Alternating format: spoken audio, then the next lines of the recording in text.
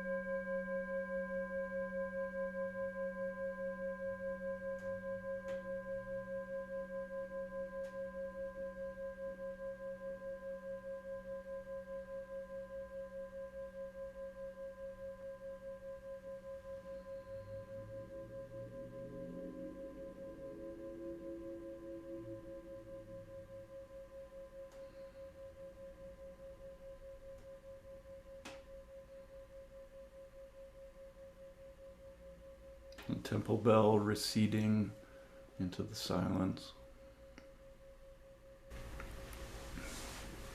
Proceeding into the silence. And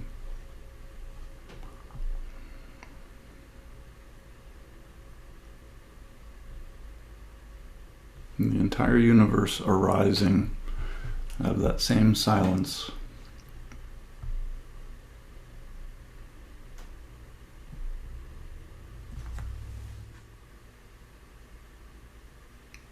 The great silence at the beginning. It's our image for this month's Sundays. The great silence at the beginning.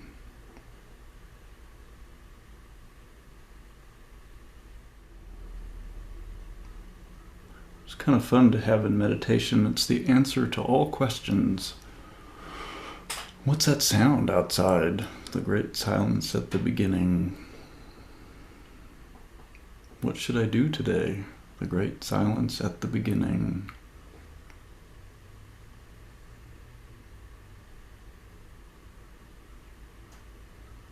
Should I leave my job or stay? The great silence at the beginning. Whatever's going on in your mind. The great silence.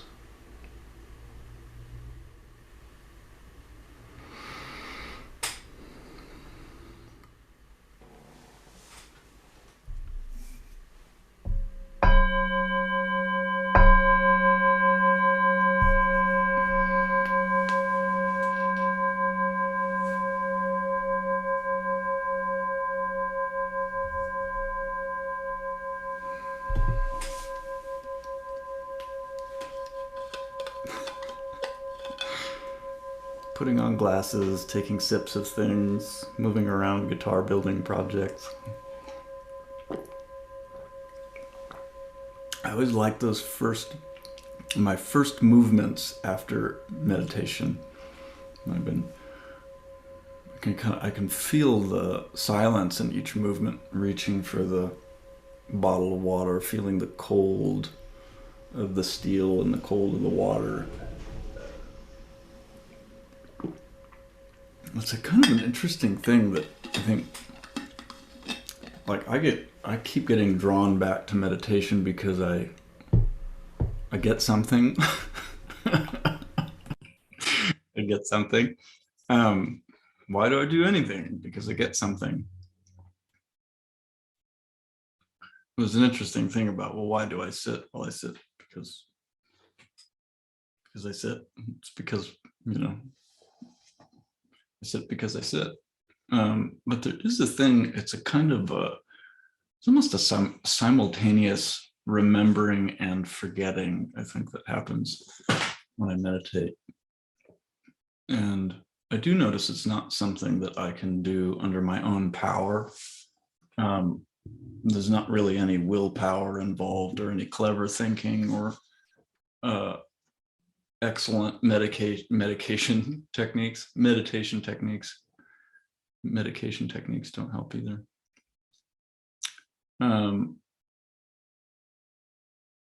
Yeah, simultaneous forgetting and remembering. If you've heard the great silence, you can't ever completely forget it. If you've heard the great silence at the beginning, you can't ever forget you've heard it.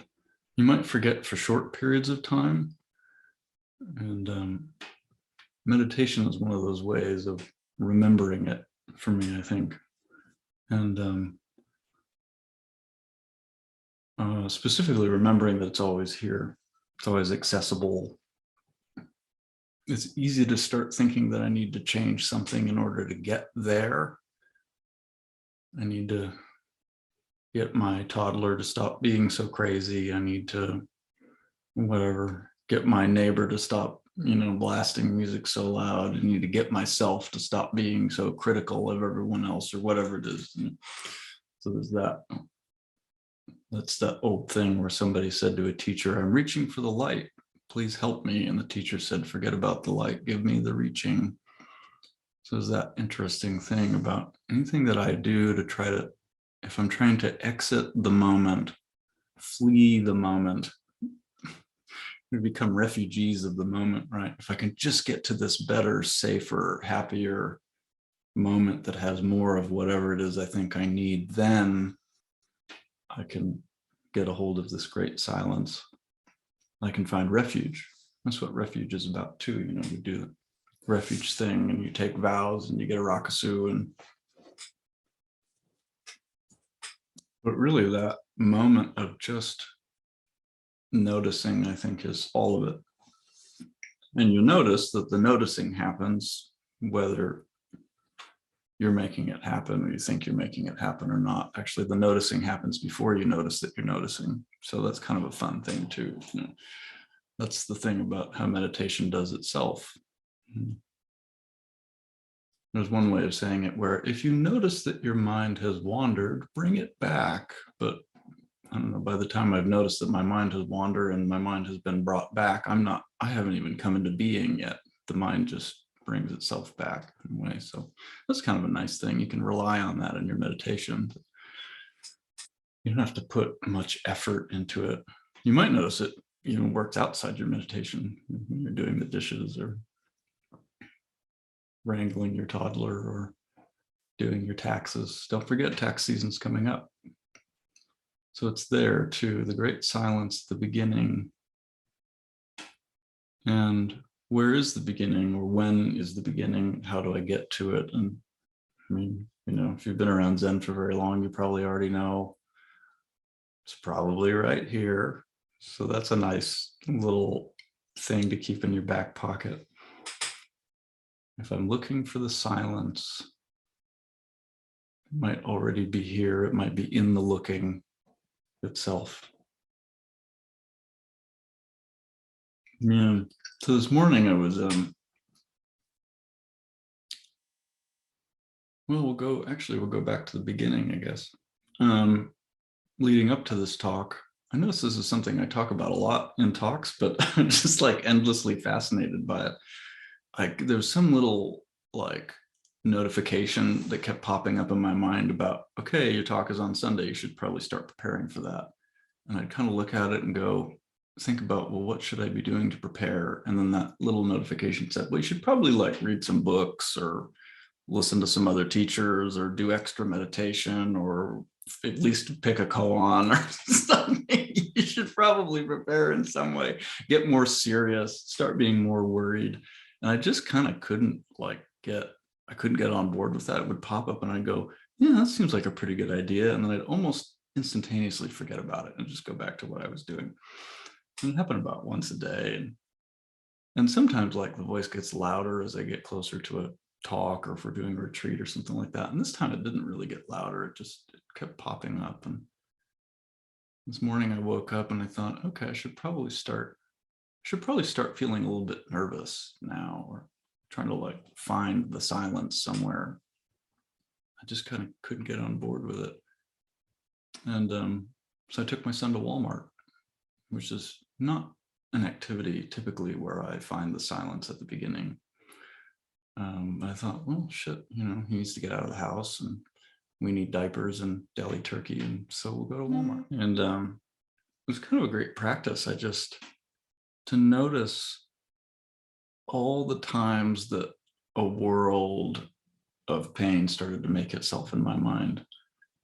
And it was kind of great because Walmart at whatever time that was, 8:30 in the morning on a Sunday, is not a real busy place. It's pretty big. And so we had basically the run of the store ourselves. And it started as soon, I'm sure it started before. Yeah, no, it did start before.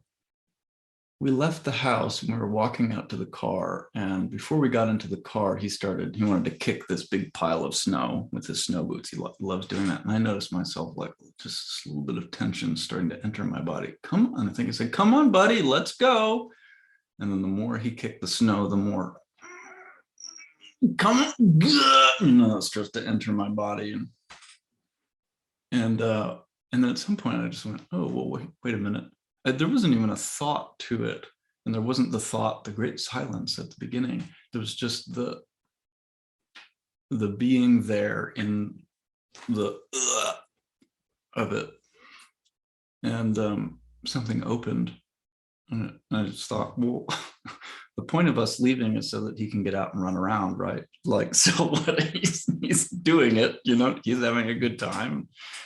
It's a beautiful day out. We have mountains here in Washington. We have mountains covered with snow, and then the fog is draped low. It's like you can't even tell where the snowy mountain and the white sky begins. It just filters up. It's just absolutely gorgeous. It's a nice temperature outside. And I went, okay, maybe there's something to this. And then eventually he moseyed over to the car and we got in. It just went on like that for about an hour. We got to Walmart. He wanted to get a shopping cart. And I said, we don't need a shopping cart. We're only getting 2 things. He kept wanting to grab a shopping cart. I tried to get him away. And I noticed that. I feel like you'll notice, you might notice this too. There are certain places in the body where that occurs. Like for me, I clench my jaw and I feel it in my torso, like in my gut. My abs kind of start. You'd think I'd have like awesome 6-pack abs by now. All the condensing I do. And so I just thought, well, we're here for him, really. We're just here to be at Walmart. And so if he wants to get a shopping cart, fine. So we got a shopping cart. And just on and on and on like that. And it's amazing to notice. We go along, and I think in a way, that's the forgetting and remembering thing again, where we're just going along in the silence. And then I remember some agenda that I had that I didn't even know that I had about, well, when we get to Walmart, we're not going to get a cart because that's going to be extra and we don't need it. And I'm going to have to manage him in this way and that way. And we're going to have to go in and get these things. And then I'm going to have to make sure that he doesn't do this or that or run into anybody else's car. Just like, I'm sure nobody else in here does that sort of thing at all. My words are falling on deaf ears. But you notice that, right? And the mind starts making a huge world out of going to Walmart with a toddler on Sunday morning. Yeah. And then the noticing, whenever that noticing happens, that there's that clench, then that's the moment, I think, where things start to loosen up for me. In some way, just that it's brought to my attention loosens it up. And see, that's the nice thing about having an image or having a koan like this, the great silence at the beginning, is that I don't even do it. It just, when we come into contact with a great image or a story or a koan like that, it just takes up residence in us, starts to help us out behind the scenes. So that's kind of a nice thing. And it's also nice to have it consciously too, like just to think the great silence at the beginning. Feels nice. I don't know. I can look out the window and there's great silence. There it is. So there's that. And it's kind of an interesting thing too, that this image, the great silence at the beginning, has been, I noticed this, the other thing about the thing about awakening does itself, or discovery does itself, is that whatever images are at work in us do start to attract other images. They start to, a word that Tess uses a lot that I really like is constellate. They start to constellate other things. And so, put it literally, if the image is my son, and the gravity of the image starts pulling other images and experiences and memories and dreams and sensations and all these things together to make these incredible galaxies. One of the ways I love it most is it starts pulling in other koans, maybe that I haven't thought about in years. So that one started to come to me, and you can try it right now. We'll do a test drive. Ready? Quickly, before thinking good or evil, what is your original face before your parents were born? Yeah. Quickly, before thinking good or evil. That's great. And then, so there it is. And you look out the window and it's just there before your parents were born, before your grandparents were born, before anything was born. Really, the whole universe is already there. It's incredible. Just follows me around. And this is an amazing place to be. And I notice it lowers the threshold for joy. And like a squirrel just climbed down this apple tree, and I've got to start talking about the squirrel immediately because of how that made me feel. But it's there. You see it in the leaves, and you see it in people's faces, and you see it in everything. You see it in a car accident. You see it like wherever the thing was that you thought the great silence couldn't touch, or wherever you thought it wasn't present, or whatever the thing is you thought you needed to get rid of or improve or get, it's there already. And it's in the getting rid of too. Yeah. The great silence at the beginning. Another one that comes to me is Hakuin's famous one hand.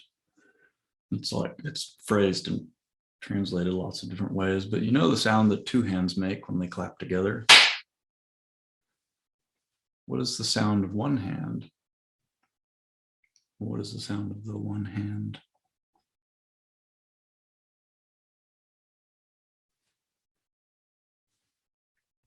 There it is. Mm.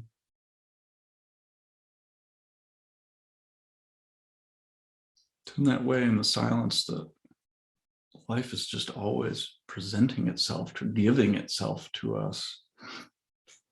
Incredibly generous. It's just autumn leaves outside and snow and the green of the shingles on the house and the squirrel coming back up the branch. Just the incredible generosity of the universe. Notice before you get into that mind that goes, I don't have enough of XYZ, or I have too much of this other thing. Just this is incredibly generous.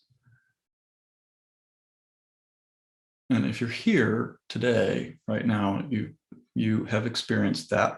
If there's anyone who's in denial about that, something, you have had that experience of the great silence at the beginning, and that has had some part in bringing you here. If you thought, oh, maybe this meditation thing has something to do with that. Some of you are very clear about it. You tasted the silence at the beginning, but it's incredible. It makes me think too about the a few weeks ago, John Tarrant and Tess Beasley did the yearly story of the Buddha retreat, before the end of the year, and which was wonderful. And one of the turning points in the story is that the Buddha is struggling along, and he's doing all these ascetic practices. He's starving himself and meditating on hot coals and on his head, and not watching Netflix for weeks at a time. And then he has this memory of being a young boy sitting under a tree during a harvest festival. And he's kind of away from the action, and the feeling that comes back to him out of that memory is just this sense of ease, that nothing is needed, nothing is missing, nothing is extra. It's just things as they are enough. And I thought, oh, maybe there's something to that. And so you notice you've had experiences like that too. Might be having one right now. So it doesn't have to be meeting the silence at the beginning, doesn't have to be some huge mind exploding experience. It could be something incredibly simple. It could just happen in just a flash. You know, the first time you notice that the leaves are turning in autumn, or the first time you look out the window and you see the first flakes of snow in winter, or when the sun comes out of the clouds after, you know, weeks of rain or something. Or it's kind of great. I live sort of in the downtown area, and so occasionally we get people's car alarms and stuff.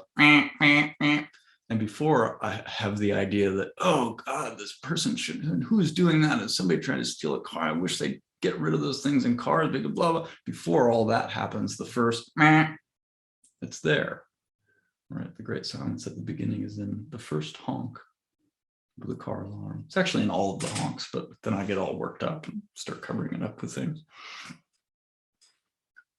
So it's everywhere. That takes me back to a question. There's a quote that John Tarrant had all over the place for a little while.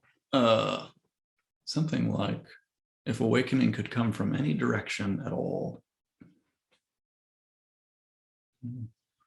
what sort of effect would that have on your life? Or how would that change things for you? What would your life be like? Maybe that's the experiment. If awakening could come from any direction at any moment, no one is safe. Could just show up and steal your delusions at any moment without your permission. That's kind of a wonderful thing. Like, it makes you think, oh my God, it could happen. It could happen when I'm standing on the corner waiting for the light to turn. It could happen when I'm, you know, going to get my toddler out of his crib at, 2 a.m. because he's decided he doesn't want to sleep alone anymore. It could happen, could happen at any moment. It's kind of an incredible thing. You could just trip, slip. We've got lots of experiences over the years. We've got lots of context for that in our lineage, in our koan lineage. Somebody is sweeping the graveyard and decides he's not going to mess with this enlightenment business anyway. It's just going to tend the graveyard, tend the shrine, and he's sweeping, and a pebble flies up from his broom and hits a piece of bamboo. The noise it makes just breaks everything apart for him. Or the pilgrim Ling Yun's wandering in the forest, wandering, and he comes around a bend and sees peach blossoms in bloom, and that just snaps it. So kind of fun, like to think, oh, I'm always on the verge of waking up. And kind of fun too, that if you're coming out of a moment of, or a target moment, days, weeks, whatever, where you feel really awake and really clear, and then I notice things start to slowly, this just seems to sort of be the way of things, for me at least. Things start to slowly close up a little bit, and my body gets a little bit tight. And then when I notice that, I can just think, oh my God, I'm losing it. Or I can think, oh, okay, we're like sort of setting up for another awakening, which is kind of nice.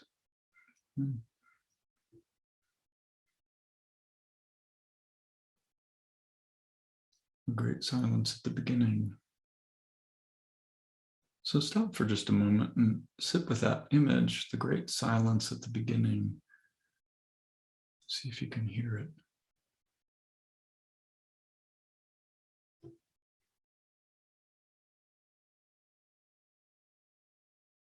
You listen with your whole body and your whole being.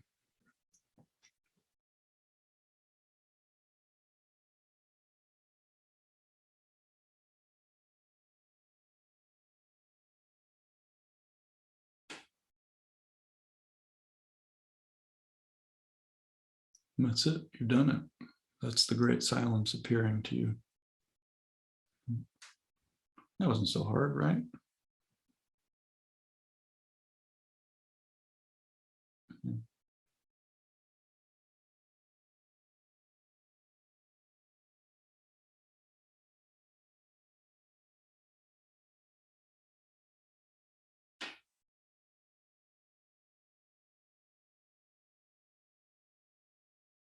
And sometimes you sink into the great silence and you're supposed to be giving a talk, but you can't find anything to say.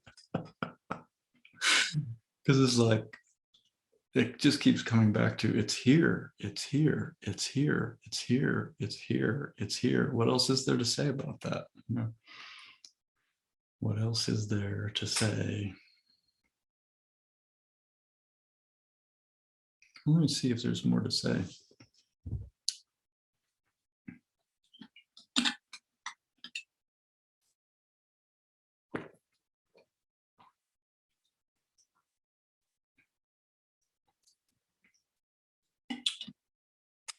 Yeah, I keep coming back to that. What is the sound of one hand? And there's a wonderful thing. We have several kind of initial big koans: sound of one hand, original face, no. Does a dog have Buddha nature or not? No. And then there are all these wonderful questions, just to, when you start to like get your little nose into the koan, there are all these wonderful questions to sort of dive deeper into it. What is the soundless sound of one hand? Where did you first hear the sound of one hand? And where did you first hear the great silence at the beginning? It was kind of nice. So it's there. It's not just, here's the other thing, it's not just here in the like, you know, you feel really present, like, oh, I'm just here and my mind is quiet and all of the things of the universe are here. It's there, but it's also in the memory, also in the dream, it's also in the delusion or the thought or the worry or the criticism or the difficult emotion. It's in the confusion of life too. It's actually always there because all of those things meet us here anyway. So that's kind of a nice thing to know too, is when you don't think you're here, it's okay, you're here anyway. The not being here is just a delusion. And so you can just be here with it. Well, maybe that's it for the moment. Let's do some more meditation.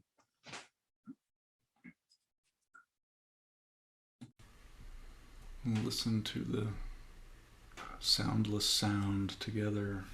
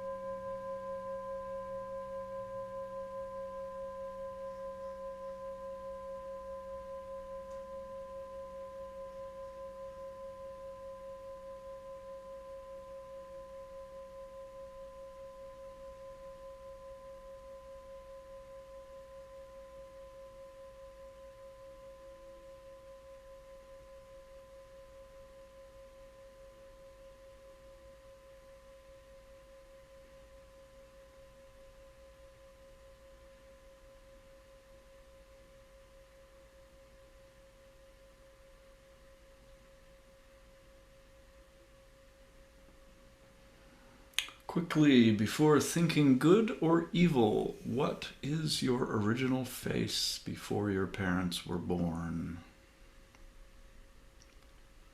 the great silence at the beginning.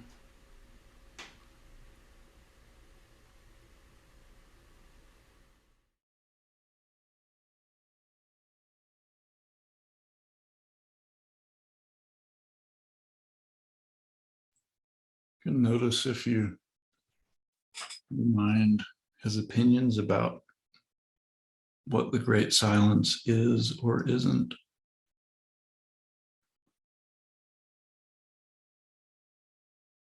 This can be really subtle sometimes. Just the tiniest movement to push something away or bring something closer.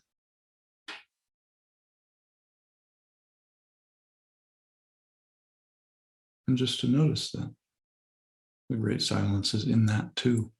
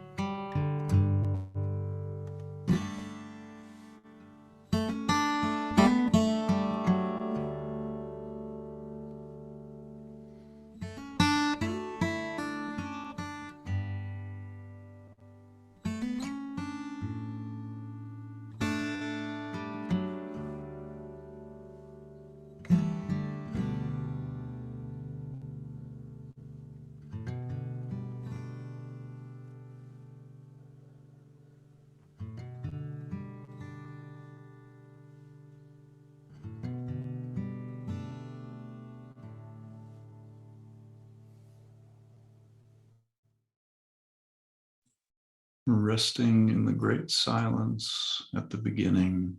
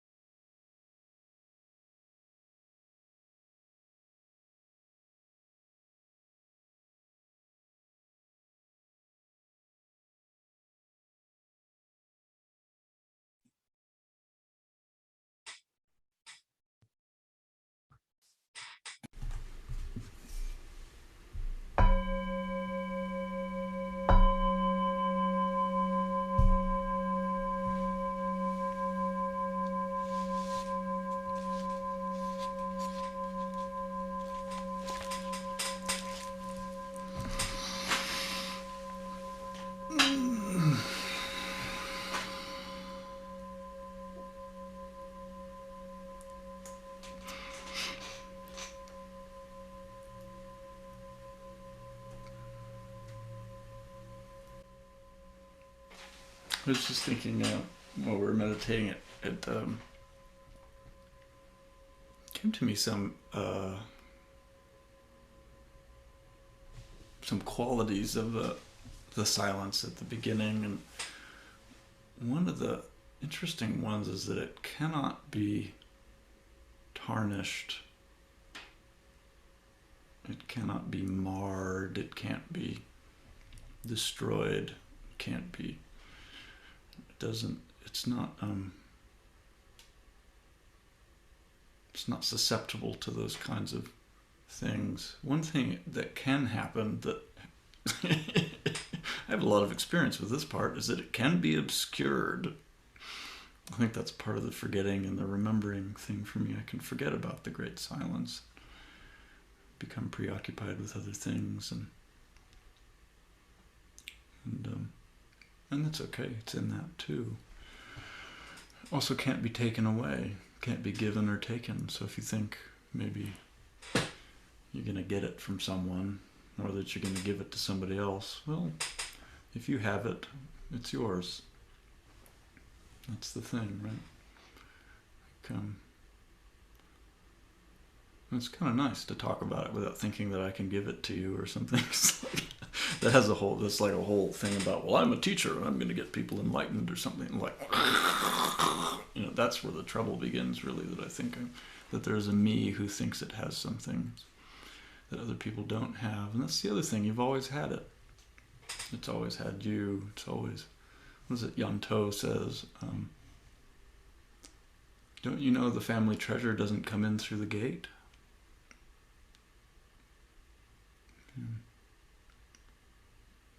It doesn't come, it doesn't go. It's always here. So kind of nice to know. And if you think you don't have it, or you're not connected with it, or you've somehow messed it up, oh my God, I ruined the great silence at the beginning, then the whole universe is holding it for you. That squirrel that keeps coming back outside my window is like, he keeps looking in at me, or maybe she, I don't know, with this really knowing look in its eye, like, I'm holding it for you. And the trees hold it for us. Other people hold it for us. Back to Walmart. I kept my son was running around and of course has no idea about the etiquette of grocery store aisles, and was running out in front of people's carts, and oh my God, I'm so sorry. People were just delighted by him. They'd stop their carts real quick and then they'd just laugh. In a way, they were holding the great silence at the beginning for me when I was mixed up in my own little personal drama. And that's a great thing. And so in a way, and then seeing them holding it, oh, that's right, there it is in me. So there's something maybe about that we hold it for each other and we hold it for ourselves, and just the holding of it brings with it the possibility that more remembering might take place in ourselves and in others. It's kind of a sweet thing. And also, I noticed while we were meditating, all kinds of cliches, like Zen cliches, were coming up in my mind, which is kind of interesting. I feel like I don't live with Zen cliches that much, but they're like, it's immutable, it cannot be created or destroyed, you cannot. It's kind of fun because it's true, like, there it is. It's in every leaf, it's in every, but there's a reason, Zhao Zhou said, or somebody asked Zhao Zhou his line about, the greatest way is not difficult if you just don't pick and choose. And somebody else said, hasn't that become a cliche? And he goes, yeah, I just can't get away from it. That's the thing about kind of true cliches. Like, there they are, hundreds of years later, and there they are. So then here's from the Tao Te Ching. We have lots of Taoist influence in our Zen because it comes through China. Here's chapter 1. This is the Fu Feng and Jane English translation. The Tao that can be told is not the eternal Tao. There you go. It's a great silence that, everything I'm describing to you today is not quite it there, The name that can be named is not the eternal name. The great silence at the beginning. That's still just a hair's breadth away from it. The best you can do is there it is. The nameless is the beginning of heaven and earth. So isn't it beautiful? The nameless. Can you feel that? The nameless. The namelessness of the world right now. It's the beginning of heaven and earth. The named is the mother of 10,000 things. You've got bowls and water bottles and fidget toys and all the 10,000 things. Ever desireless, one can see the mystery. Ever desiring, one sees the manifestations. So it's easy to go, oh, ever desireless, one can see the mystery, so I've got to get rid of all my desires, right? That must be the path. Well, you can do that, and you might see something, but ultimately the desires come back, and that's kind of nice too. It's nice to desire things. Why can't the clear-eyed bodhisattva sever the crimson thread? Whatever it is. I'm hungry, I'm horny, I'm tired, I'm whatever it is, But those two do seem to go together. I notice the mystery arises, and along with the mystery arising, there is a kind of transparency to the desire. There's not that clinginess about it that, oh my God, I've got to have whatever it is I think I have. And they can be part of the mystery. That's the thing. The desire. Here's a call on for you. Where do desires come from? Here we go. Sit with that for 100 years and let me know what you come up with. So ever desireless, one can see the mystery. Ever desiring, one sees the manifestations. So I need a new graphics processing unit for my computer. I really, really need it. I need it. I need it. Shows up, and my desire shows up in the graphics processing unit. These two spring from the same source, but differ in name. From the great silence at the beginning. This appears as darkness. Darkness within darkness. The gate to all mystery. It's a great thing. Somebody came from pilgrimage and went to see a teacher, and the teacher said, "Oh, what you been up to?" And he goes, "I've been on pilgrimage." And the teacher says, "Oh, what's pilgrimage all about?" And the person says, "I don't know." And the teacher said, "Not knowing is most intimate. Most intimate." It's that like incredible, the feeling of the cold of my water bottle is in like Dolby surround right now. Just, wow, the intimacy that comes forth. You can feel the universe reaching for you in a way. It's like, I don't know, it's not reaching, it's just there. You can feel it, the leaves, the orange of the leaves and the brown of the leaves and the snow and the soft pitter-patter of rain. It's just right there. There's no going out to get it. There's no getting rid of something to get it. It's just here. Another thing is that you can trust the great silence at the beginning. You can trust it. And that's like giving this talk this morning, or showing up to Walmart with my son, or whatever. I can trust that. I can trust the not knowing. That when you arrive, wherever you are, whatever you need might already be given. Or it might be waiting for you there. Actually, Tess and I were kind of joking about this the other day, about, whether or not you feel like you've prepared enough for something, and you show up and then you just kind of hope that whatever you need for giving a talk, for example, or doing a job interview, or meeting somebody for a first date, or whatever you think it is, starting out on a trip. Well, when I get in the car, then my destination will be revealed to me.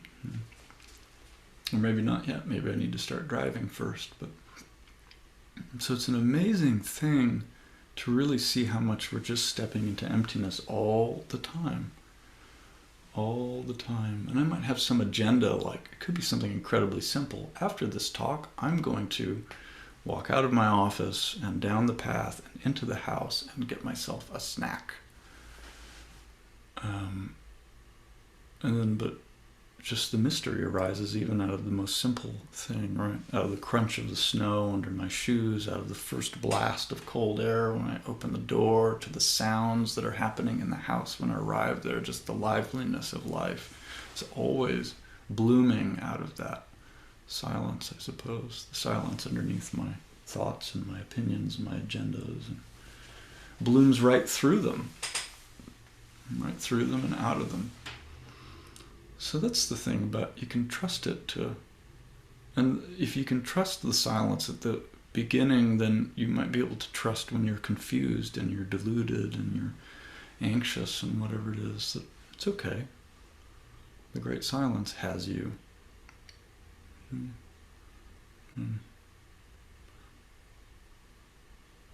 Great silence has you and is waiting. It's inside of the trouble.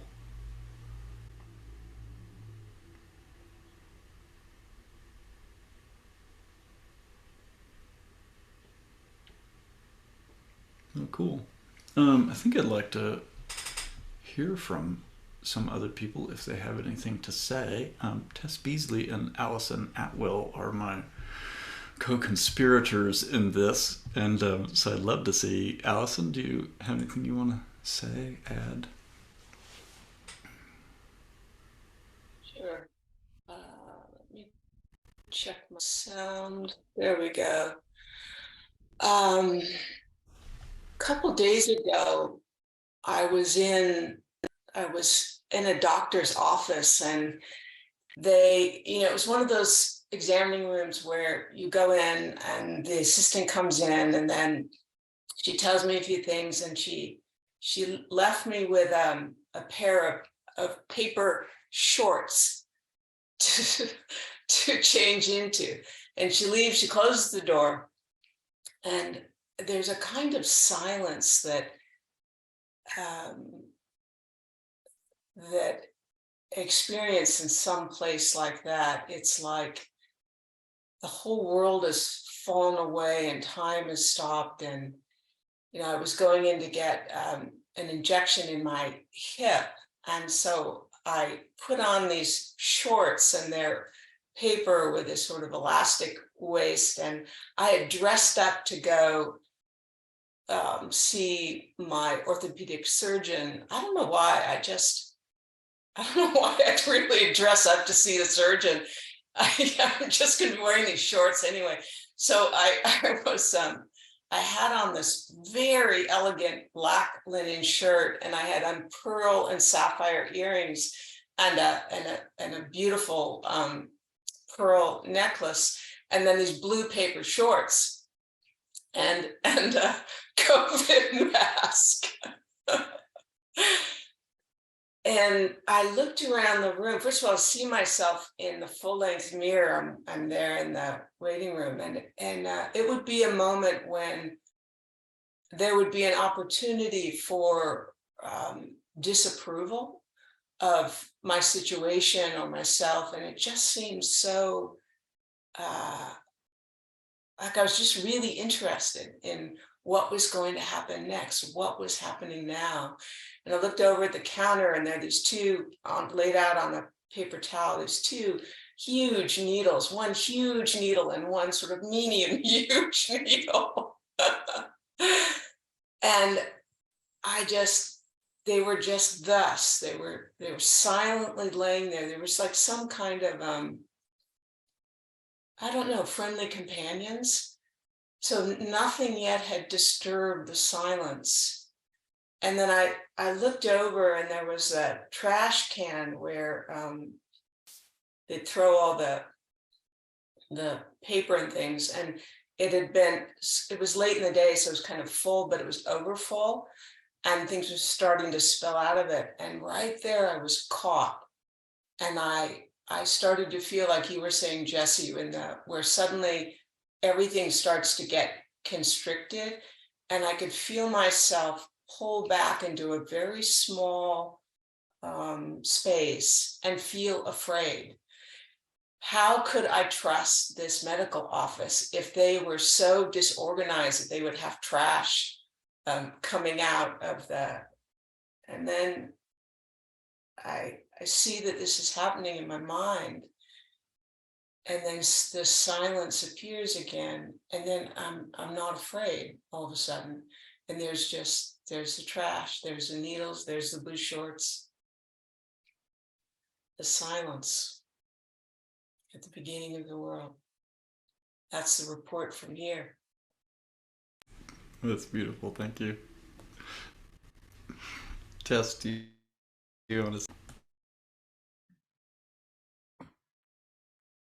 I just got the when Allison said that, I thought, yeah, we are sort of like Zen anchors, all of us in our own little worlds. This is the report from here on the Dharma.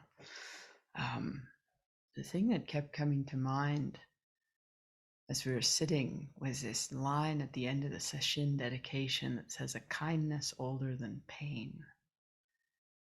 And I was thinking, yeah, that's what the silence of the beginning is, in a way. Like you're saying, that there's this ease and generosity and boundlessness and immutableness, and then these things come to cover it. And how really like what you say, that we can just learn to trust that something will always appear out of that vastness. And this week I, for various reasons, got to spend some time with Amaryllis, who's not here today, but who's been sitting for 50 years, and got to hear a little bit about that. And one of the things we got to do was go visit the instrument section at the Met Gallery. And she's been playing violin for 65 years or something. And, and so one of the things I noticed being with her is that silence just appears everywhere. Like you're just sitting with her, having dinner, sitting with her in a taxi, and oh, there it is. It's just like, oh, she's a great friend of that silence, or maybe she just notices more that she's a friend of that silence. But as we were looking at all these instruments from all over the world, from thousands of years up to current time, it's like it was dead silent in the space. There was almost no one there. And you just think, all of these instruments, and there were some strange ones, ceremonial instruments and whistles and drums, and they all came out of that silence, each one of them. But also, as you let the silence in, as you're with them, we both started to say, well, what do they sound like when they're being hit, or when it's like their whole lives would start to enter you without anything actually being played? It existed already. And I think that's part of what you say. It never goes anywhere. It's always here. That kindness, that generosity that's older than pain, constriction. So, yeah, that's the report from here. Thank you. I suddenly have like a desperate desire to hear some of these instruments that I've never seen. Just like what's contained within them. That's so great. Yeah, interesting.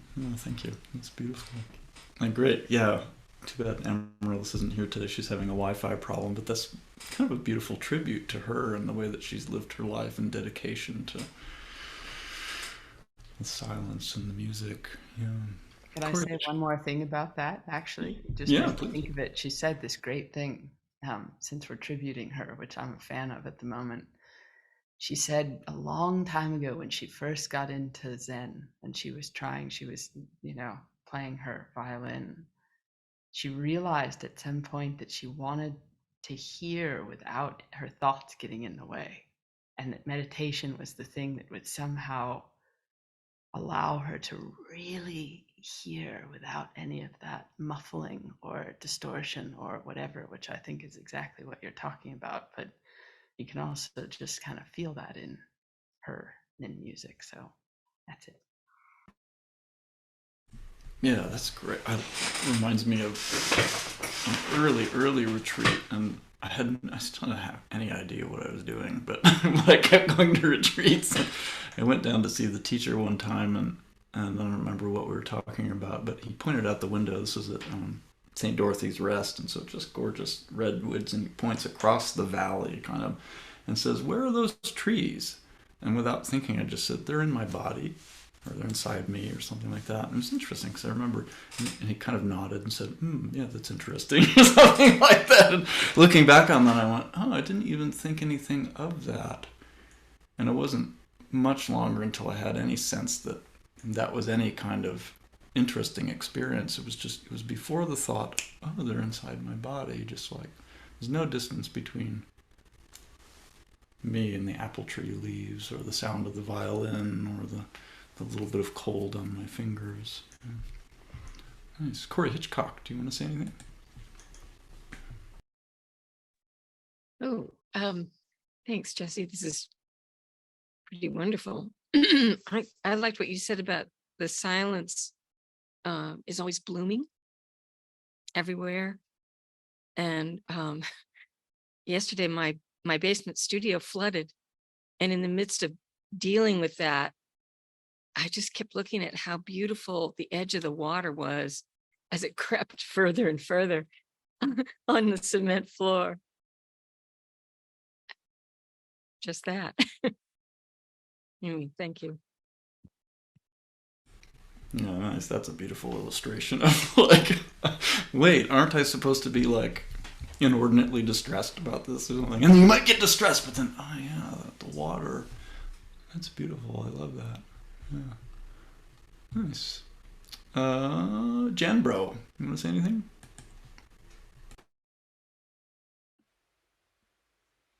Good morning.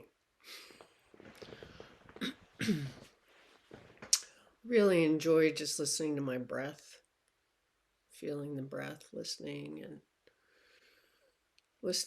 to the sounds, the sound of the air coming through the vent and a bird outside, and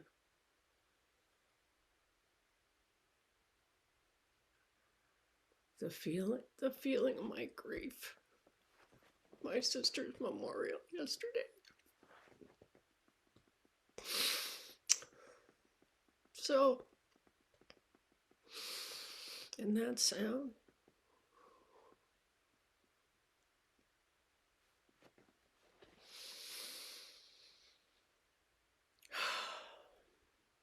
So thank you.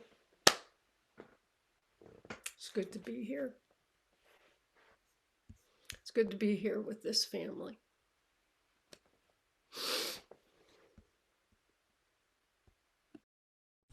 Yeah, thank you, Jen. This touches me, and I feel sort of like, thank you for letting me hold that with you.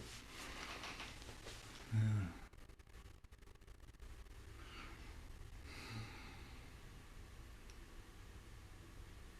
Yeah, so it's like that too. It's amazing, isn't it? It shows up in actual silence. It shows up in laughter. It shows up in the edge of the water that's flooding our basement. It shows up in that grief, this fountain of grief. A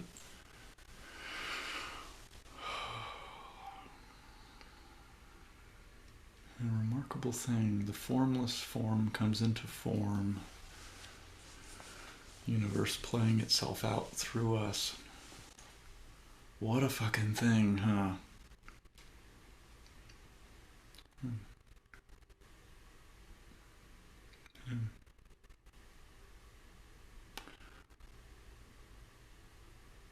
I kind of don't want to leave that feeling, but I'll just hold that for myself. I would like to hear. Yeah, thanks, Jen. I'd love to hear from Allison McCabe. Do you want to say anything? Yeah, this morning has just been so, including just feeling really touched by what Jan just said, full. And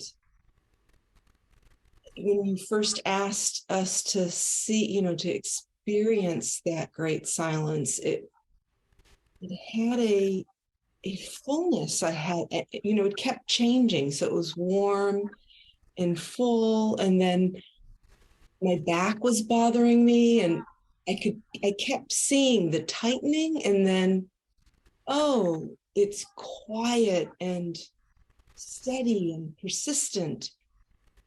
And then a lot of physical things, hot and cold, and just the sense of that sense of what you said, it's always been here in this.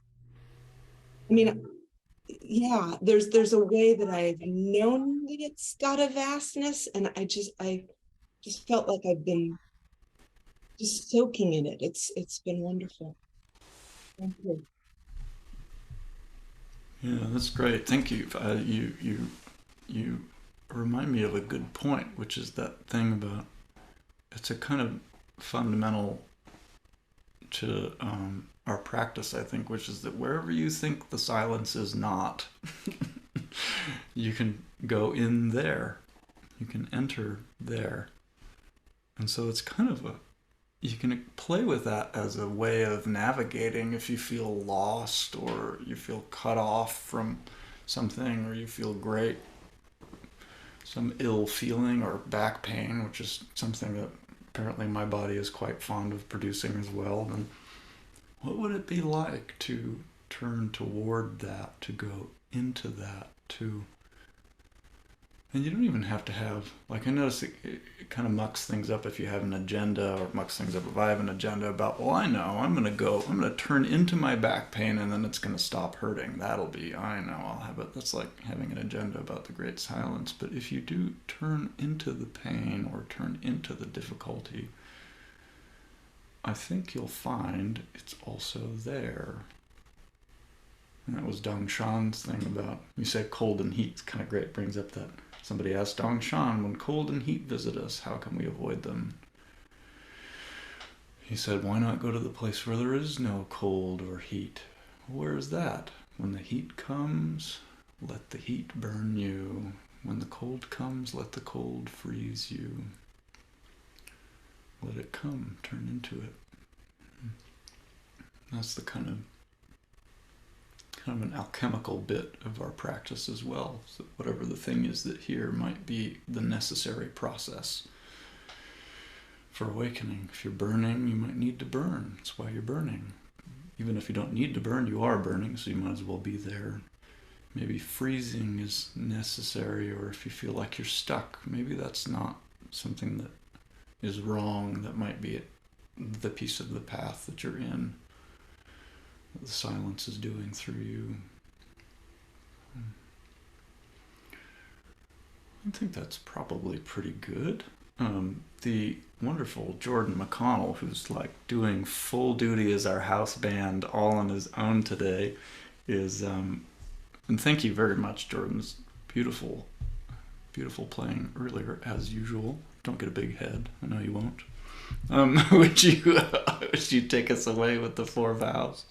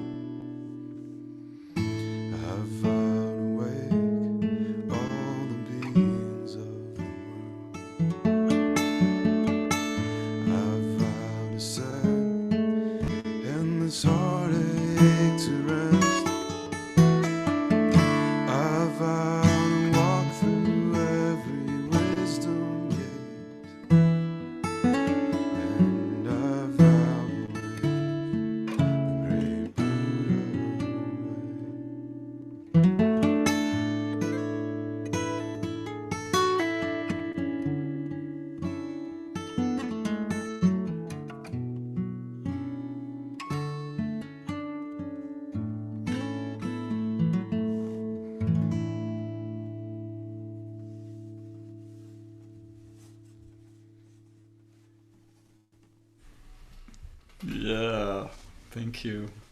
It was so beautiful. Well, thanks for being here, everyone. This is like a pretty good way to spend my Sunday, I think. So thanks for coming to share the great silence with me. And next Sunday, I believe it'll be Allison at Will in the hot seat. Yes, excellent. I recommend coming to see her. I certainly will if I can have anything to say about it. And yeah, go forth and enjoy the great silence at the beginning. Have an excellent rest of your weekend. A wonderful week.